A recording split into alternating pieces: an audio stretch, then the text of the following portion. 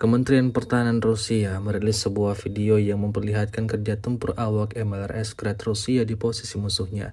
Rekamannya diunggah di akun Telegram Temode Rusia pada Selasa 11 Juni 2024.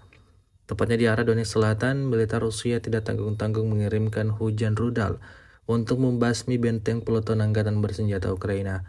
Seperti yang terlihat dalam rekaman, terhitung lebih dari 20 rudal dilayangkan ke titik target. Serangan ini disebut-sebut menewaskan banyak korban jiwa dan berikan kerugian besar untuk Ukraina. Video ini viral dan menuai beragam respon dari warganet.